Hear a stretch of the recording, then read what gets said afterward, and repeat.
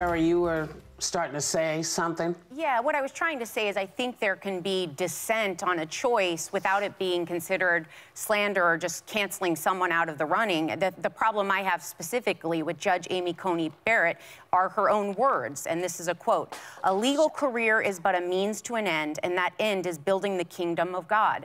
I have been consistent and you know, as long as I've ever spoken on this show, on the importance of the separation of church and state, and that's what this country was built on. It's what the Constitution was built on.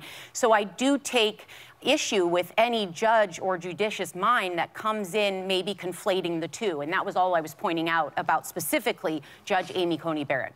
But we are already seeing her being slandered, and she also said it's never appropriate for a judge to impose the judge's personal convictions, whether they arise from faith or any else or the law. And I want everyone who is talking about her Catholicism to put in anything else, being Muslim, being Jewish, being Baptist, whatever. There seems to be a real bias against a woman who has 7 children and is Catholic, and we're seeing it, and I just don't want her to get Kavanaugh because I don't think it's fair.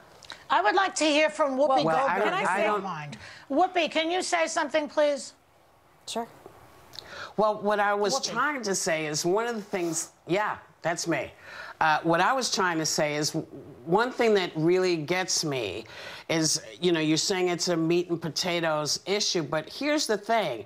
It's an issue that is one-sided because people who are pro-life are like people who want people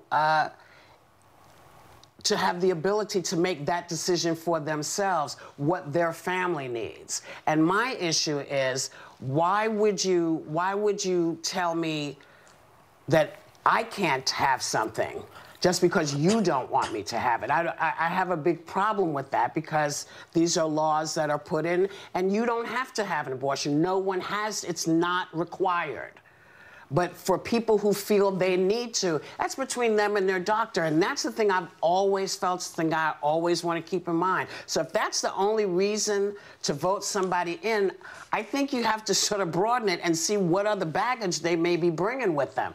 They said the same things, Megan, about John Kennedy when he was running for president. They said, oh, my God, a Catholic president, he's going to be talking to the Pope, he's going to be you know, whenever people can grab onto religion as they did with Mitt Romney, as they're doing with her, they'll always use it. But the reality is, hopefully when they get on board, when they become justices, they start talking about the law and not their personal law.